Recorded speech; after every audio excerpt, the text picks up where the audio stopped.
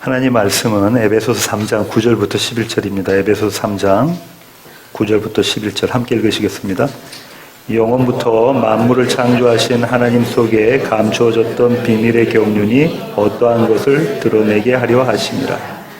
이는 이제 교회로 말미암아 하늘에 있는 통치자들과 권세들에게 하나님의 각종 지혜를 알게 하려 하심이니 곧 영원부터 우리 주 그리스도 예수 안에서 예정하신 뜻대로 하신 것이라. 아멘.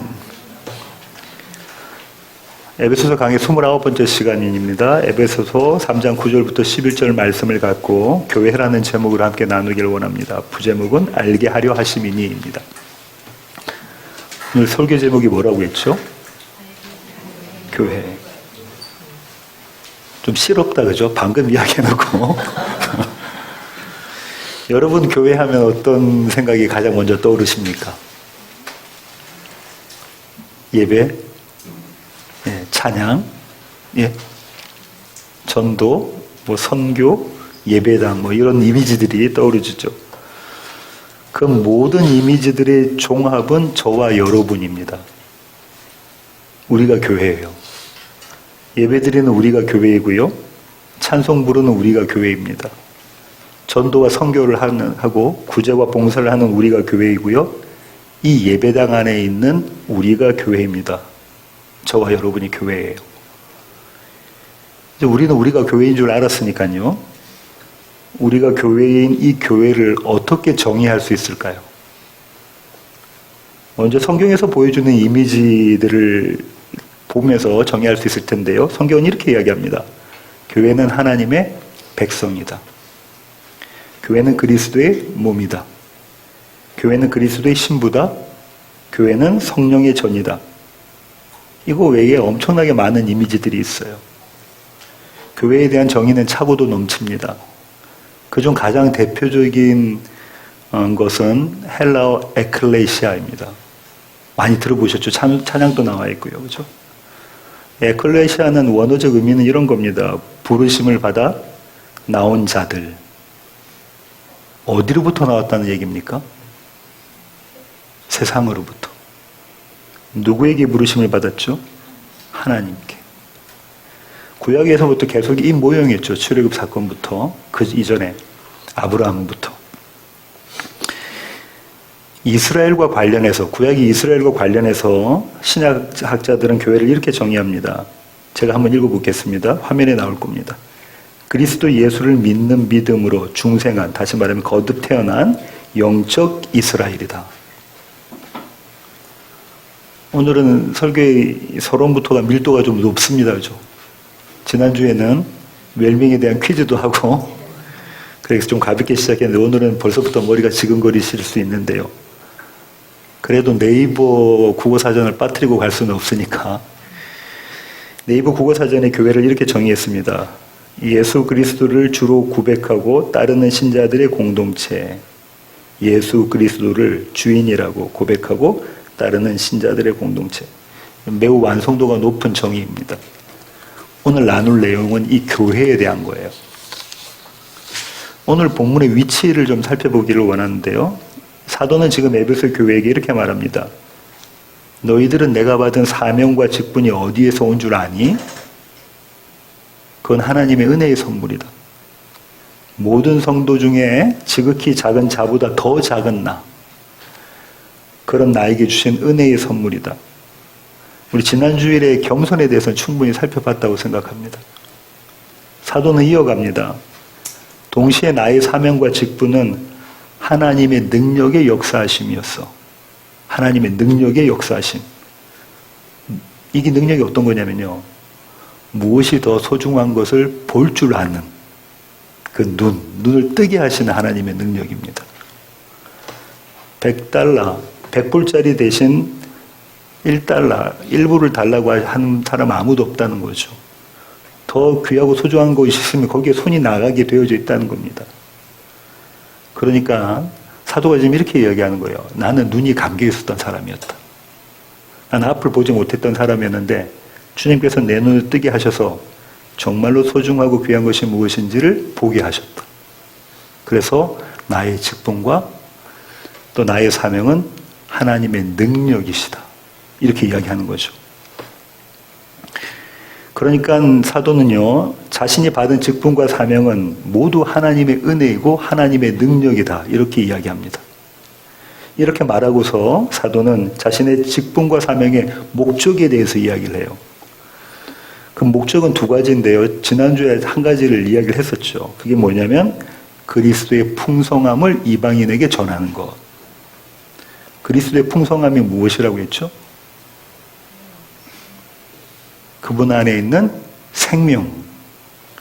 그 생명을 풍성히 누리는 것이라고 말씀드렸습니다. 다시 말해서 영생을 누리는 거예요. 그리스도의 풍성함을 우리가 갖고 있다는 것은 하나님의 생명, 영생을 누리는 것이라고 말씀드렸죠. 영생이 무엇입니까? 처음 들어보시는 분들도 계실 것 같아서 다시 질문하는데 영생이 뭐죠? 죽지 않고 영원히 사는 겁니까? 아닙니다. 틀리지는 않았지만 충분하지는 않아요. 지금 말씀하신 것처럼 하나님의 생명이 영생입니다. 하나님은 그분의 속성으로 생명을 사시나요? 지난 시간에 말씀드린 것처럼 하나님은 참되십니다. 그분은 선하시고 그분은 아름다우십니다. 진선미죠. 정의로우시고요. 거룩하시고 오래 참으시고 신실하십니다. 수많은 하나님의 속성을 누리시는 것이 하나님의 생명을 누리시는 거예요. 하나님이 하나님으로 사시는 방식이 이것입니다. 하나님의 속성을 누리고 생명 안에 있는 것. 한마디로 하나님은 생명이세요. 따라서 영생은요, 우리가 그분의 속성을 누리는 거예요. 그분의 참되심을 우리가 누리고, 그분의 선하심을 우리가 누리고, 그분의 오래 참으심과 신실하심을 우리가 누리는 것이 영생입니다. 그 생명이 전달되는 방식이 뭐라고 했죠? 사랑, 맞습니다. 사랑입니다. 사랑이 그 생명을 전해요. 사랑하면 이거 살 수 있고, 사랑하면 이거 살 수 있고, 사랑하면 가능하다는 말은요, 사랑 안에서 생명을 누린다는 거예요. 사도는 고린도 교회에 보낸 편지에서 이 사실을 잘 말하고 있습니다. 고린도전서 13장 1절부터 8절인데요. 먼저 1절부터 3절 함께 읽으시겠습니다. 내가 사람의 방언과 천사의 말을 할지라도 사랑이 없으면 소리나는 구리와 울리는 꽹과리가 되고, 내가 예언하는 능력이 있어 모든 비밀과 모든 지식을 알고 또 산을 옮길 만한 모든 믿음이 있을지라도 사랑이 없으면 내가 아무것도 아니요, 내가 내게 있는 모든 것으로 구제하고 또 내 몸을 불사르게 내줄지라도 사랑이 없으면 내게 아무 유익이 없느니라. 사랑이 없으면 나는 어떻다죠? 소리나는 구리와 꽹과리 같다고. 사랑이 없으면 나는 아무것도 아니라고. 사랑이 없으면 내게 아무 유익이 없다고. 이렇게 이야기합니다. 무슨 말입니까? 사랑이 없으면 살아도 산 것이 아니라는 거예요. 저와 여러분 가운데 사랑이 없으면 살아도 산 것이 아니다라고 사도가 지금 이야기하고 있어요. 다시 말해 사랑 없는 생명은 없다는 겁니다. 4절부터 7절 이어가겠습니다. 함께 읽죠. 사랑은 오래 참고 사랑은 온유하며 시기하지 아니하며 사랑은 자랑하지 아니하며 교만하지 아니하며 무례히 행하지 아니하며 자기의 유익을 구하지 아니하며 성내지 아니하며 악한 것을 생각하지 아니하며 불의를 기뻐하지 아니하며 진리와 함께 기뻐하고 모든 것을 참으며 모든 것을 믿으며 모든 것을 바라며 모든 것을 견디느니라. 이건 구원받은 성도들에게 성경적 윤리를 지키라는 수준이 아닙니다. 예수 믿고 구원받았으니까 이제 구원받은 성도답게 살아라. 이 얘기가 아니에요. 만약 그렇게 나의 열심으로 만들어낸 윤리라면 그 열매는 곧바로 나의 의가 됩니다. 여러분 그러지 않으세요? 손에 꼽습니다. 나중에 튀어나오게 돼요. 나의 의로. 사도의 말은요, 사랑 아니고서는 생명을 누릴 수가 없다는 거예요. 영생의 통로가 사랑이라는 겁니다. 사랑 안에 다 담겨져 있다는 거예요. 그래서 사도는 이렇게 정리합니다. 8절입니다. 함께 읽으시겠습니다. 사랑은 언제까지나 떨어지지 아니하되 예언도 패하고 방언도 그치고 지식도 패하리라. 사랑은 없어지지 않는다는 거예요. 세번역 성경에서 그렇게 번역하고 있죠. 사랑은 없어지지 않는다. 사랑은 영원하다. 영생이라는 거예요. 사랑은 영원해. 그 사랑 안에 하나님의 생명이 담겨져 있고 그 하나님의 생명이 하나님의 속성이다. 하나님이시다라는 거예요. 사랑장이라고 불리잖아요. 고린도전서 13장이. 지금 이 얘기하는 겁니다. 사랑 안에 하나님의 생명이 다 담겨 있다. 지난주에 우리는 이렇게 배웠죠. 주님께서 주신 세 계명이 뭐죠? 서로 사랑하라. 맞습니다. 서로 사랑하라. 이에 대해서는 지난 두 주간에 자세히 살펴보았으니까요. 정리하면 이런 겁니다. 사도는 지금 에베소 교회에게 이렇게 말하고 있습니다. 하나님이 나를 이방인의 사도로 세운 목적이 뭔 줄 아니? 너희가 하나님의 생명을 누리는 것이야. 너희가 사랑함으로, 서로 사랑함으로 하나님의 생명을 누리는 것이야. 이제 사도는요, 오늘 본문을 통해서 자신이 그리스도의 사도가 된 두 번째 목적을 밝히고 있습니다. 그것이 9절이에요. 함께 읽으시겠습니다. 영원부터 만물을 창조하신 하나님 속에 감추어졌던 비밀의 경륜이 어떠한 것을 드러내게 하려 하심이라. 무슨 말인가요? 하나님께 감춰졌던 이 비밀의 경륜을 드러내기 위해서 하나님께서 나를 사도로 삼으셨다는 거예요. 이방인의 사도로. 그 비밀은 하나님 속에 감추어져 있었다는 거죠. 다시 말해 처음부터 그분의 뜻과 계획 안에 있었다는 거예요. 그 비밀은. 인간뿐만 아니라 그 어떤 피조물도 그 비밀을 알 수가 없었다. 왜냐하면 그 비밀은 영원한 비밀이기 때문에 그렇다. 그 비밀은 창세 전부터 시작되어졌기 때문에 그렇다. 이 모든 피조물이 만들어지기도 전부터 하나님은 이 비밀을 갖고 계셨다는 거예요. 그런데 이 감추어졌던 비밀이 이제는 환하게 드러났다. 그리고 그 비밀을 드러내신 이유를 다음 구절 10절에서 이야기합니다. 10절 읽으시겠습니다. 이는 이제 교회로 말미암아 하늘에 있는 통치자들과 권세들에게 하나님의 각종 지혜를 알게 하려 하심이니. 죄송합니다. 이 구절은요, 신학자들의 논쟁이 많은 구절이에요. 하늘에 있는 통치자들과 권세자들은 누구인가? 이 신학자들의 간의 논쟁이 있습니다.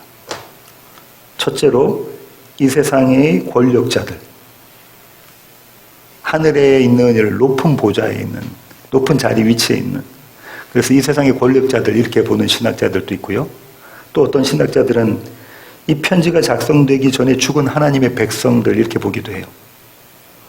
두 가지 다 가능한 해석인데요. 소수의 신학자입니다.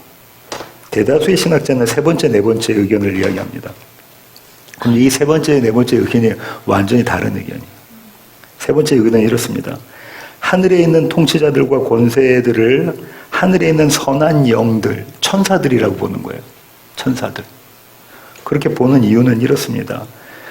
베드로전서 1장 12절 보시면 제가 읽겠습니다.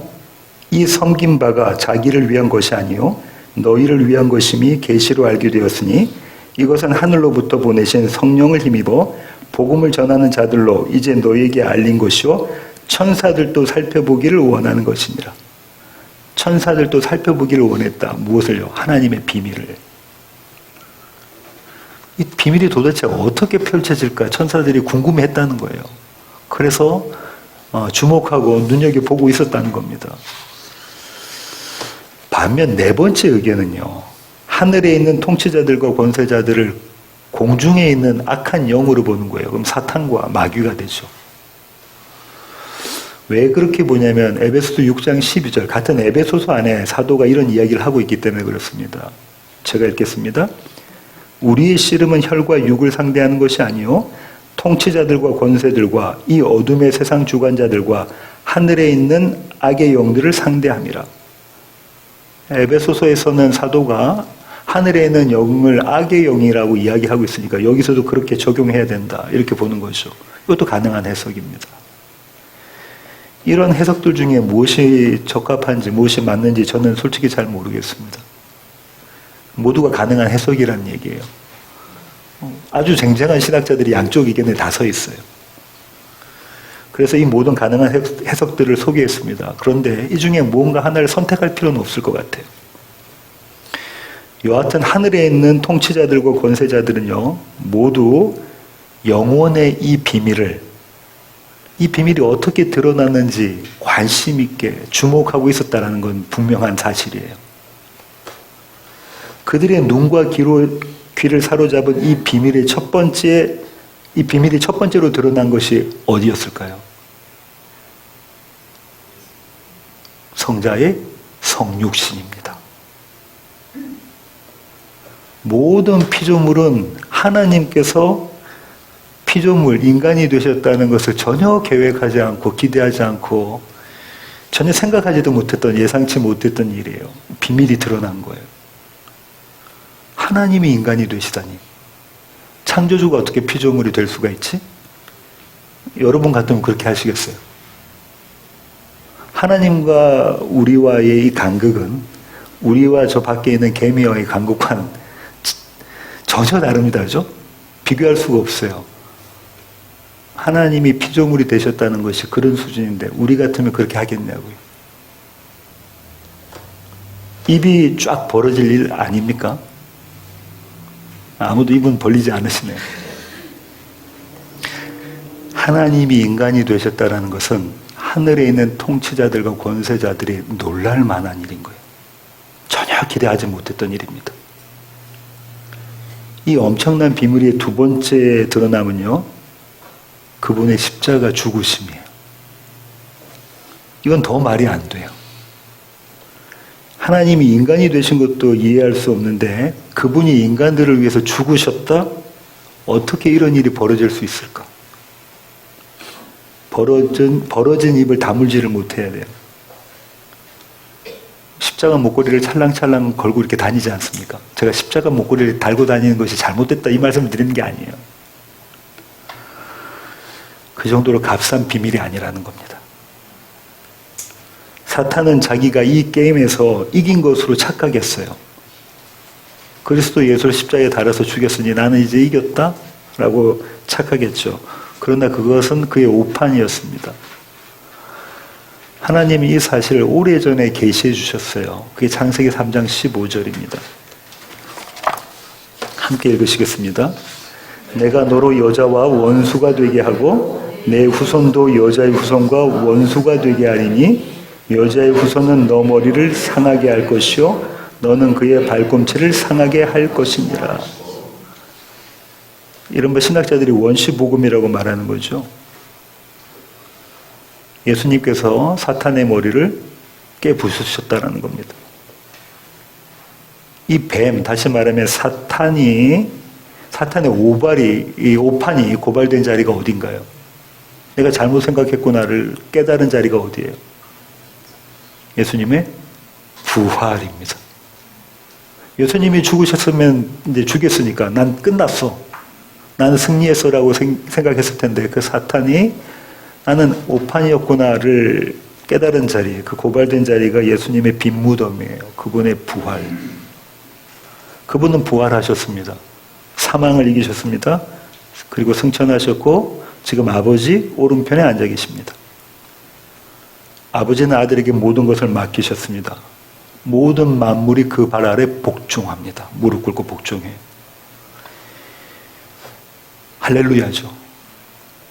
이제 이것으로 모든 비밀이 막을 내렸는가? 이게 비밀의 끝인가? 그렇지가 않다는 거예요. 그것이 오늘 본문이에요. 영원부터 감춰진 비밀의 다섯 번째 드러남이 있는데 그것이 무엇이냐면 성령 강림입니다. 사탄은 모든 것이 끝났다고 생각했는데 아니에요. 그리스도의 영이 일을 하셨고 지금 또 일하고 계십니다. 그러면 성령의 일하심이 무엇인가요? 그분은 무슨 일을 하셨습니까?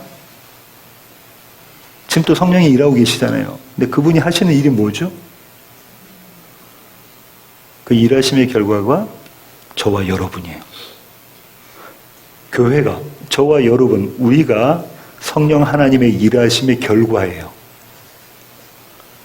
이에 대해서 박형용 교수님은 이렇게 정리합니다. 제가 한번 읽어볼게요. 화면에 나올 겁니다.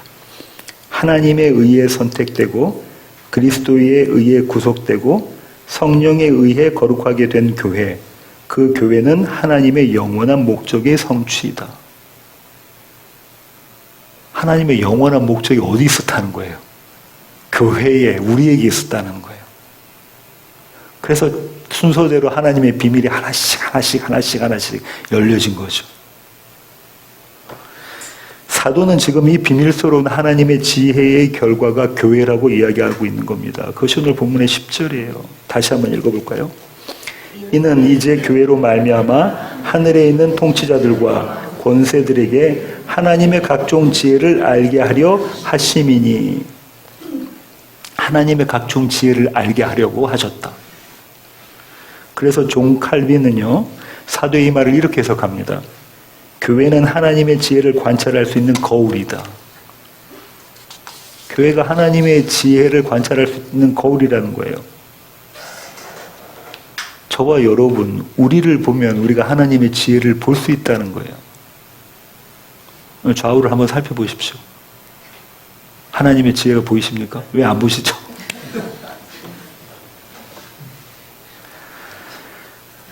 우리 안에 하나님의 지혜가 담겨 있다는 거예요.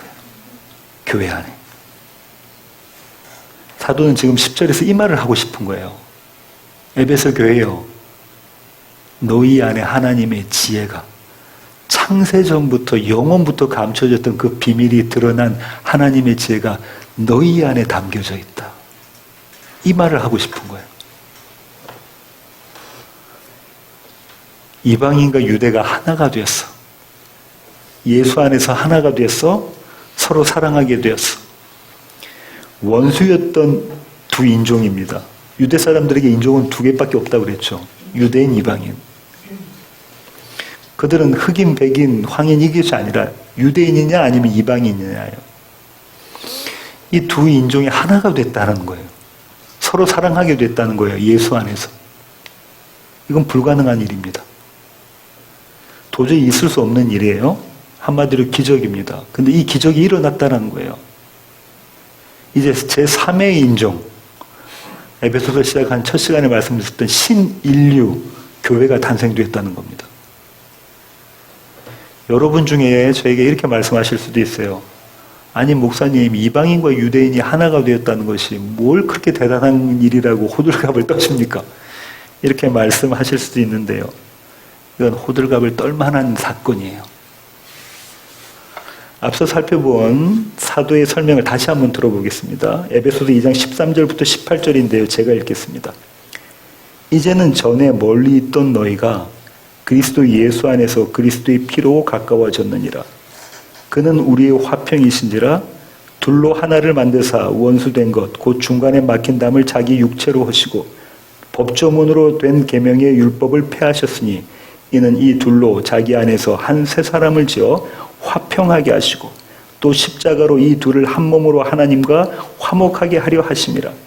원수가 된 것을 십자가로 소멸하시고 또 오셔서 먼 데 있는 너희에게 평안을 전하시고 가까운 데 있는 자들에게 평안을 정하셨으니 이는 그로 말미암아 우리 둘이 한 성령 안에서 아버지께 나아감을 얻게 하려 하심이라. 사도의 이 말은요, 사랑할 수 없는 자들이 사랑하게 되었다는 거예요. 함께 할 수 없는 자들이 함께 하게 되었다는 거예요. 무엇 한다고요? 사랑. 그 사랑이 아까 뭐라고 그랬죠? 하나님의 생명이라는 거예요. 사랑에 여러 표현이 있는데 그것이 다 하나님의 생명이라는 거예요. 그 사랑을 하게 됐다는 거예요. 사랑할 수 없는 자들이. 그러니까 교회는요, 하나님의 생명, 영원한 생명, 영생이 그들 안에서 발견된 자들이에요. 이것이 감추어진 비밀입니다. 여기서 잠깐 쉬어갈게요. 누가가 말하는 재미있는 이야기 하나를 소개해 드리려고 합니다. 한 사내가 있었어요. 그는 돈이 많았습니다. 그러나 친구가 없었어요. 이런 경우는 별로 없어요. 그죠?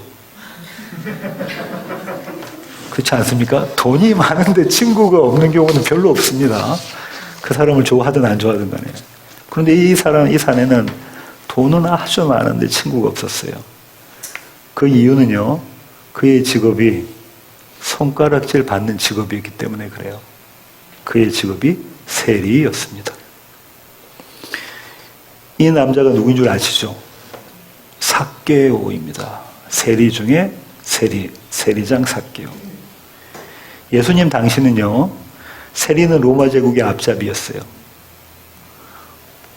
그래서 지금 우리 역사상, 한국의 역사상 한일합방 시대에 친일 매국노와 동급이 세리였습니다. 유대 시민들, 또 살림이 안 좋은 서민들의 살림을 탈탈 털어가는 사람들이 세리였어요. 이런 배경에서 이 에피소드가 시작됩니다. 누가복음 19장 1절부터 4절인데요. 함께 읽으시겠습니다. 예수께서 여리고로 들어가 지나가시더라. 삭개오라 이름하는 자가 있으니 세리장이요 또한 부자라. 그가 예수께서 어떠한 사람인가 하여 보고자 하되 키가 작고 사람이 많아 할 수 없어 앞으로 달려가서 보기 위하여 돌 무화과 나무에 올라가니 이는 예수께서 그리로 지나가시게 될 이러라. 예수님은 당시에 슈퍼스타이셨나요? 나사렛 슈퍼스타이셨어요. 가는 곳곳마다 군중들을, 무리를 이끌고 다니셨단 말이죠. 자기 동네를 지나간대요. 삭개오 자기 동네를 지나간대요. 도대체 그가 어떤 분위기에 이런 어마어마한 소문의 주인공인데 내가 한번 봐야 되겠다. 그런 마음이 들었죠. 이번엔 내 눈으로 직접 한번 봐야 되겠다. 이렇게 마음 먹고 거리로 나섰습니다. 그런데 사람들이 워낙 많아서 그분의 얼굴을 볼 수가 없었어요. 키가 작으면 앞에 서면 돼요. 그죠? 사진 찍을 때 키가 작으면 앞에 서시면 됩니다. 그 양보를, 조금만 양보해 주세요. 앞으로 가면 돼요. 그런데 아무도 그에게 양보를 해주지 않는 거예요. 왜냐하면 그가 삭개오였기 때문에 그렇습니다. 5절을 보실까요? 함께 읽으시겠습니다. 예수께서 그곳에 이르사 쳐다보시고 이르시되 삭개오야 속히 내려오라 내가 오늘 내 집에 유하여야 하겠다 하시니 이것이 복음이에요. 모든 사람들이 다 외면하고 있는데 예수님께서 그를 주목하십니다. 삭개오야 내려와라. 내가 너와 함께 하겠다. 내가 너와 함께 하겠다. 임마누엘이죠. 예수님이 이 일 때문에 이 땅에 오신 겁니다. 내가 너와 함께 하겠다. 생명 되신 그분이 함께 하시는 것이 영생이에요. 그것이 구원입니다. 저와 여러분의 구원은 그분이 우리와 함께 하시는 거예요. 우리 가운데 그분의 생명이 있는 거예요. 삭개오가 받은 구원은요, 이런 구원입니다. 저와 여러분이 받은 구원이 이런 구원이에요. 예수와 함께 하는 것. 이제 먼저 사랑하신 분의 사랑. 누가 먼저 사랑하셨죠? 예수님이. 먼저 사랑하신 분의 사랑이 삭개오의 소유가 돼요. 그리고 그 사랑이 주변으로 흘러갑니다. 이것이 내가 너와 함께 하겠다의 결과예요. 6절부터 8절 제가 한번 읽어보겠습니다. 급히 내려와 즐거워하며 영접하거늘 무사람이 보고 수군거려 이르되 저가 죄인의 집에 유하러 들어갔도다 하더라. 삭개오가 서서 주께 여짜오되 주여 보시옵소서 내 소유의 절반을 가난한 자들에게 주겠사오며 만일 누구의 것을 속여 빼앗은 일이 있으면 내 갑절이나 갚겠나이다. 우리는 그냥 밋밋하게 이 구절을 읽어가는데요. 신학자들은 어떻게 이야기하면요. 삭개오가 대단한 부자였을지라도 전 재산의 반을 가난한 자를 나눠주고 나머지 반 중에서 자기가 거짓했다면, 이 말은 강탈했다면 내가 4배나 갚게 해줬다. 얘기는 자기가 거짓말 안 하고 세리 직업을 했으면 모를까. 거짓말을 했다면 자기 전 재산이 다 나갔을 거라는 거예요. 신학자들이 보는 게 그거예요. 아마 빈털터리가 되었을 것이다. 삭개오가 뭘 선택한 거예요? 예수를 선택한 거예요. 왜냐하면 그게 더 값진 줄 알았어요. 자기 전 재산보다 예수 이분이 더 값지다는 걸 알게 된 거예요. 사랑이 들어가니, 생명이 들어가니. 지금 생명이 어떻게 나냐면 주변으로 흘러가는 거예요. 그리스도 예수의 생명, 먼저 사랑하신 그분의 생명이 나에게 오니 그 생명이 주변으로 흘러갑니다. 사랑하는 걸로. 주님은 이 영생을 경험한 자에게 도장을 꽝 찍어주세요.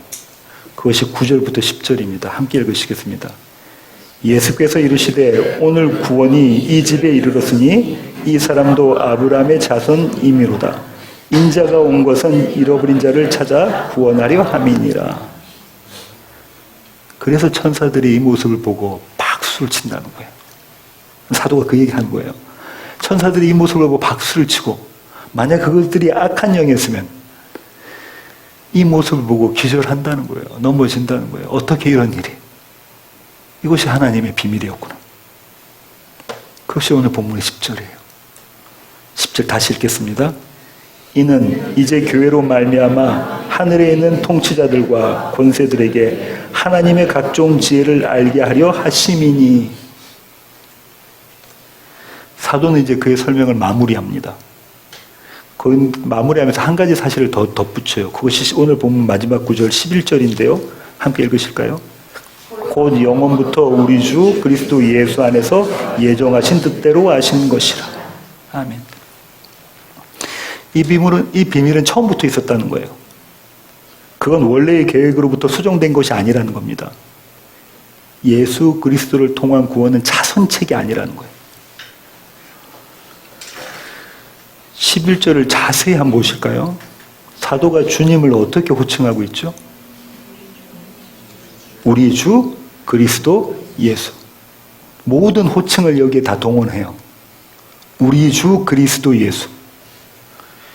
교회는 영원부터 우리 주 그리스도 예수 그분 안에서 예정하신 뜻이었다, 비밀이었다. 이 얘기하고 싶은 거예요. 그분은 이 일을 위하여 말씀으로 천지를 창조하셨다. 그분은 이 일을 위하여 이 땅에 오셨고 십자가를 지셨고 다시 살아나셨다. 그분은 이 일을 위하여 그분의 영을 보내셔서 우리를 교회 삼으셨다. 그러니 에베소 교회여, 너희는 스스로를 우습게 보지 말아라는 거예요. 너희는 이미 승리했다. 하나님의 영원하신 목적이 너희 안에 있다. 너희 안에 영원하신 그리스도가 예수가 계신 것이, 너희 안에 그리스도 예수, 그분은 영원하신 분이신데 그분이 너희 안에 계신 것이 너희가 얻은 영생의 증거이다. 죽고 나서 영원히 사는 것이 아니라 그리스도 예수가 영생이신 그분이 너희 안에 있으니 너희는 이미 영생한다는 거예요. 너희는 만물 안에서 만물을 충만하게 하신 그리스도의 몸이다. 그분과 하나다. 그러니 근심하지도 말고 절망하지도 말아라. 지금 에베소 교회가 뭐하고 있다고요? 낙심 가운데 있다고 했죠. 지금 바울이 그 얘기를 하고 있는 거잖아요. 에베소 교회가 낙심하고 있어요. 왜냐하면 사도의 수감 때문에, 갇힘 때문에. 근데 지금 사도가 이 얘기하고 있는 거예요. 교회가 이렇게 하나님의 비밀을 드러내는 것이다. 교회라는 존재는 그런 것이야. 그러니까 너희 낙심하지 마. 너희 안에 그리스도 예수 있지? 너희 안에 그리스도 예수, 그분의 영, 성령 하나님 계시지? 낙심하지 마. 오늘 설교의 결론을 맺겠습니다. 사도는요, 오늘 본문을 통해서 저와 여러분의 정체성을 알려줍니다. 아이덴티티를 가르쳐줘요. 교회는 하나님의 지혜이다. 우리가 하나님의 지혜라는 거예요. 교회는 감춰졌던 비밀을 사는 자들이에요. 오늘 저와 여러분이 하루를 사는 것이 어떤 거라고요? 하나님의 감춰졌던 비밀이 열리는 거예요. 하늘에 있는 영들이 그걸 보는 자리인 거라는 거예요. 오늘 저와 여러분의 하루의 삶이 불가능했던 일이 가능해지는 기적이 일어나는 것이 교회입니다. 이 땅에서 하나님 나라를 사는 자들이 교회예요. 그분의 생명을 누리는 자들이 교회입니다. 이 교회의 교회됨은요, 다시 말씀드립니다. 이 교회의 교회됨은 삭개오야 내려오라 하는 주님의 말씀에 즐거워하는 자들이에요. 삭개오야 내려오라 하는 그 말씀에 즐거워하는 자들입니다. 이 말씀에 급히 내려와서 그분을 기뻐하고 즐거워하는 것, 그분 때문에 다른 것은 시시하게 보이는 거예요. 그런 자들이 하늘의 생명을 사는 자들입니다. 저와 여러분, 교회예요. 오늘 여기서, 내일이 아니고요. 다른 곳이 아니고 오늘 여기서 이 생명을 누리는 낮은 울타리 모든 교회 가족 되기를 원합니다. 기도하시겠습니다. 주님, 그렇습니다. 교회는 하나님의 비밀이었습니다. 창세 전부터, 영원부터 하나님께서 갖고 계셨던 비밀이 교회입니다. 하나님께서는 그리스도 예수를 통해서 교회를 세우셨고 그 교회와 함께 하십니다. 그 교회로 하여금 하나님의 사랑을 통해서 생명을 살라고 하십니다. 하나님, 이것이 은혜입니다. 이 은혜로 오늘을 살아가는 우리 낮은 울타리 교회 모든 교회 가족 되게 하여 주시옵소서. 귀하신 예수님의 이름으로 기도합니다. 아멘.